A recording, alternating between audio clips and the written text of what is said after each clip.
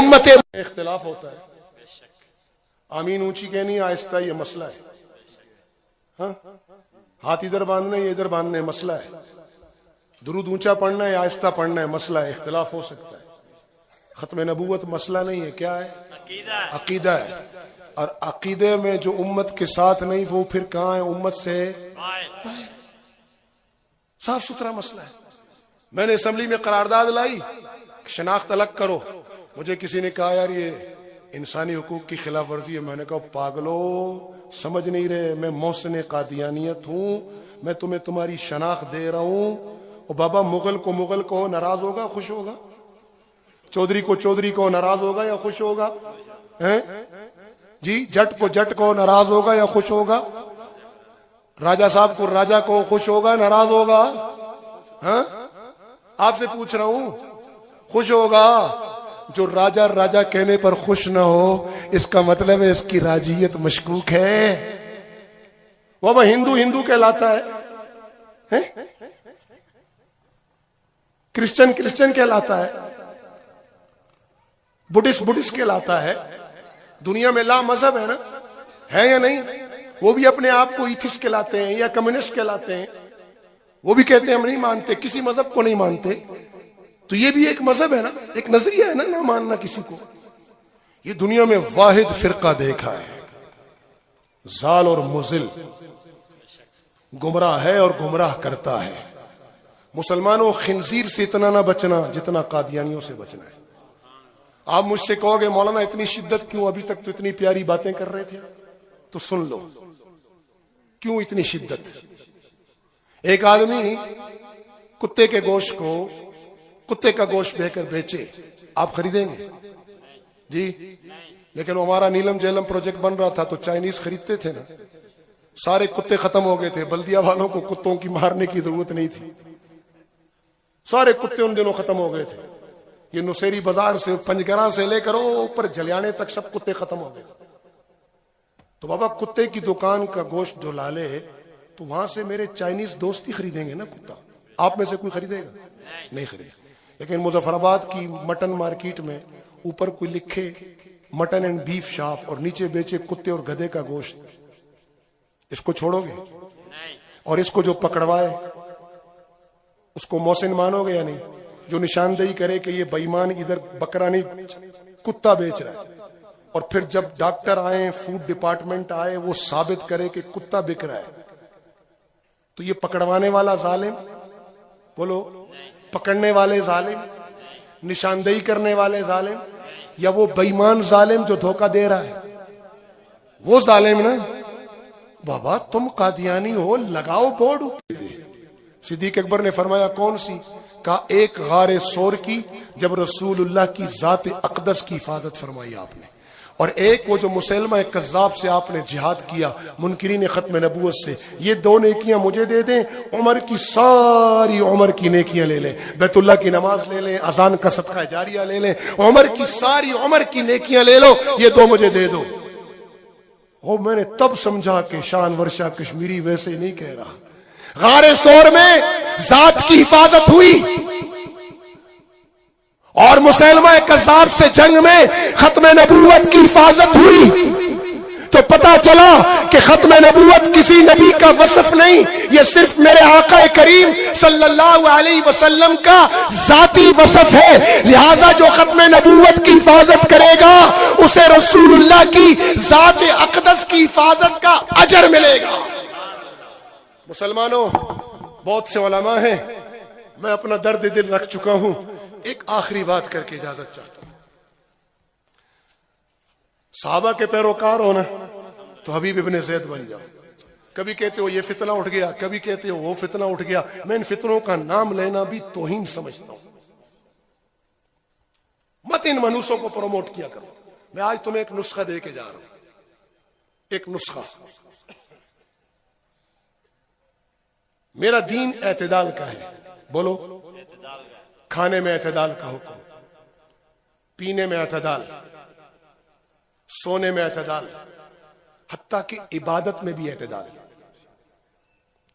رسول اللہ صلی اللہ علیہ وسلم کا قرآن کریم کے بعد بڑے معجزات میں علماء امت نے لکھا ہے کہ ایک بڑا معجزہ رسول اللہ کی شریعت بھی اعتدال پر مبنی ہے اور رسول اللہ کی طبیعت بھی اعتدال پر مبنی ہے. پھر اس پر ایک مثال دیے کہ آقا کریم صلی اللہ علیہ وسلم کے سامنے ایک سزا جاری ہوئی. تو سزا جب جاری ہوئی تو وہ مجرم وہ جو تھے تکلیف سے بلکنے لگے تو رسول اللہ کی آنکھوں سے آنسو جاری ہوئے. صحابہ نے فرمایا یا رسول اللہ آپ کے حکم پر امر جاری ہوا ہے, امر واپس لے لیجئے, سزا رک جائے گی. فرمایا حکم دیا ہے محمد الرسول اللہ نے اور رو رہا ہے محمد بن عبداللہ ایک انسان کی تکلیف پر. سزا اس لیے جاری کی تاکہ معاشرے میں قانون کا نفاذ رہے اور معاشرہ ان بیلنس نہ ہو. رو اس لیے رہا ہوں کہ بشر ہے تکلیف ہو رہی. یہ رسول اللہ کی طبیعت کا اعتدال, اور شریعت تو ہے ہی اعتدال پر مبنی. ایک مسئلہ ہے جس میں اللہ نے اپنے بندوں کو اعتدال کا حکم نہیں دیا, انتہا کا حکم دیا ہے. اگر وہ انتہا نہیں ہوگی ایمان قابل قبول نہیں ہوگا. وہ کیا ہے؟ وہ ہے میرے آقا کریم صلی اللہ علیہ وسلم کی ذات اقدس سے تعلق اور محبت. قرآن بھی کہتا ہے النبی اولا بالمؤمنین من انفسہم. یہ علماء امت بیٹھے پوچھ لیں, شرعی مسئلہ ہے, کسی کو شوگر ہے, السر ہے, ڈاکٹروں نے کہا روزہ نہیں رکھنا, مرو گے نہیں, شوگر بڑھ جائے گی, زخم بڑھ جائے گا, مرنا نہیں ہے, جان خطرے میں نہیں ہے, جان خطرے میں جانے کا امکان ہے. فقہائے امت کیا مشورہ دیتے ہیں جی کہ روزہ معاف, صحت ہو تو رکھ لینا ورنہ فدیہ دینا. یہی مسئلہ ہے جی یہی مسئلہ ہے نا. پتہ چلا کہ میری جان پر بنی اور سامنے اللہ کا حکم آیا تو اللہ نے فرمایا اپنی جان بچا, میں اپنا حکم چھوڑتا ہوں. آنکھ کا آپریشن ہوا ہے, ڈاکٹر کہتے ہیں سجدہ نہیں کرنا, سجدہ کرنے سے کوئی جان جائے گی؟ جسم کا ایک جز جانے کا خطرہ ہے, صرف جا نہیں رہا, وہ خطرہ ہے, امکان ہے. علماء امت فرماتے ہیں کہ سجدہ معاف, اشارہ کر لو. یہی مسئلہ ہے. پتا چلا میری جان نہیں, میرے جان کے ایک جز کو خطرہ آیا, سجدہ اللہ کا حق ہے. اللہ فرماتا ہے میرا حق معاف, اپنی آنکھ بچا. مسئلہ سمجھ گئے؟ اب آؤ دوسری طرف. یہ میرے رسول اللہ ہیں وسلم کا حق, اور تیری جان آمنے سامنے آ گئی تو تیری جان جاتی ہے, چلی جائے, لیکن رسول اللہ کا حق نہیں جانا چاہیے. صحابہ نے یہ سبق ایسا پڑھا کہ یہ جنگ احد ہے, یہ زیاد ابن سکن ہے, رسول اللہ کے گرد کھڑے ہیں, پوری دنیا رسول اللہ پر حملہ آور ہے. رسول اللہ کے گرد 9 مہاجر 9 انصار 2 مہاجر صحابہ پہرا دے رہے ہیں. زیاد ابن سکن دیوانہ وار دفاع کر رہے ہیں. دفاع کرتے کرتے کٹ کر گر گئے. گرنے سے پہلے کہا یا الانصار, اے انصار کی جماعت سن لو, اگر رسول اللہ کو تمہارے ہوتے ہوئے آنچ آئی تو محشر میں جواب تیار رکھنا. یہ کہتے ہوئے کٹنے لگے, جان جانے لگی تو نظریں اٹھا کر رسول اللہ کی طرف دیکھا. محبوب نظروں کا اشارہ سمجھ کے قریب آئے. فرمایا زیاد کیا چاہتے ہو؟ کہا حضور چاہتا ہوں جان نکلے تو رخسار آپ کے قدموں پر. ختم نبوت. یا نبی اولا بالمؤمنین من انفسہم. صحابہ نے سمجھا اور پڑھا. اللہ کے نبی نے فرمایا کوئی اس وقت تک مومن نہیں ہو سکتا جب تک میں اسے اس کی جان, مال, آل, اولاد اور اس کے اپنے نفس کل جہاں سے زیادہ پیارا نہ ہو جاؤں. مرزا قادیانی اپنی جگہ, مسلمہ اپنی جگہ, اگر جبرائیل امین بھی اتر کر آئے اور میرے رسول اللہ کی نعوذ باللہ, میں صرف مثال سمجھانے کے لیے عرض کر رہا ہوں, کانا دجال بے حیات ہو ہم لعنت بھیجتے ہیں. اگر جبرائیل امین بھی اتر کر آئے تو ہم رسول اللہ کے مقابلے پر کسی کو نہیں مانیں گے. تاجدار ختم نبوت, تاج تخت ختم نبوت, نعرہ تکبیر. یہ صحابیہ ہیں, اطلاع ملی کہ رسول اللہ شہید ہو گئے.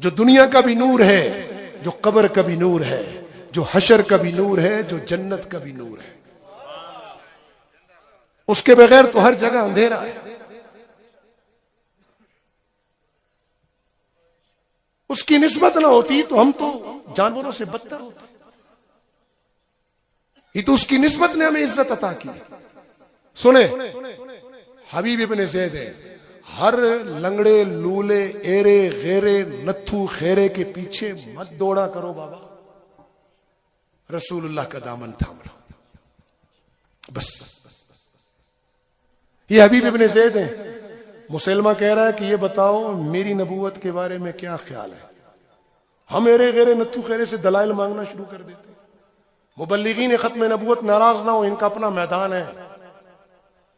دلیل ہے غیروں کے لیے، دلیل ہے کافروں کے لیے، اہل ایمان کے لیے دلیل نہیں، محبت ہے.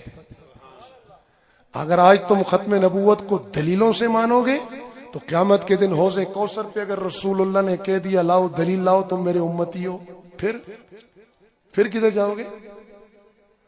میں دلیل کا انکار نہیں کر رہا، میں دلیل کے بادشاہ شانور شاہ کشمیری کی نسل سے ہوں، لیکن مسلمانوں دلیل ہے قادیانیوں کے لیے، دلیل ہے منکروں کے لیے، دلیل ہے کافروں کے لیے. تیرے میرے لیے دلیل نہیں، تیرے میرے لیے حبیب ابن زید کا عمل ہے. مسلمہ نے کہا چھوڑ رسول اللہ کو، پہلے یہ بتا میری نبوت کے بارے میں تیرا کیا خیال ہے. میں قربان جاؤں حبیب ابن زید کے عشق پر، میں فدا جاؤں حبیب ابن زید رضی اللہ عنہ کی محبت پر، میں صدقے جاؤں حبیب ابن زید کے عقیدے کی پختگی پر. یہ نہیں کہا مسلمہ میرے محبوب کے ہاتھ میں کنکر بولے تو بھی کنکر بلوا، میرے محبوب کے اشارے پہ درخت چلے تو بھی درخت چلوا، میرے محبوب کی انگلی سے چاند 2 ٹکڑے ہوا تو بھی چاند کے 2 ٹکڑے کر. یہ نہیں کہا دلیل لا. حبیب ابن زید نے کہا تیری بات سننے سے میرے کان بہرے ہیں. نہیں سمجھے مسئلہ، نہیں سمجھے مسلمانوں. کیا کہا حبیب ابن زید نے؟ میں کہوں آپ گورنمنٹ کا آرڈر نہ مانے کوئی بات نہیں، چھوٹی موٹی سزا ہوگی، لیکن آپ کہیں میں آرڈر سنتا ہی نہیں ہے، پھر کیا ہوگا؟ بولو. مرزا نے کہا میری نبوت کے بارے میں کیا خیال ہے؟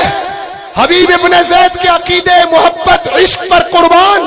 یہ نہیں کہا مسلمہ کوئی دلیل دے تاکہ تیری نبوت مانوں. فرمایا میرے کان تیری بات سننے سے بہرے ہیں. مسلمہ نے کہا اس کا ایک ایک عضو کاٹو جب تک میری نبوت کا اقرار نہ کر لے. قربان میں حبیب کی شہادت پر ایک ایک عضو کٹنا شروع ہوا. ہر اس کے کٹنے پر سوال ہوتا بتا میری نبوت کے بارے میں کیا خیال ہے. یہ نہیں کہا میں نہیں مانتا، کہا میں نہیں سنتا. قربان ہو گئے.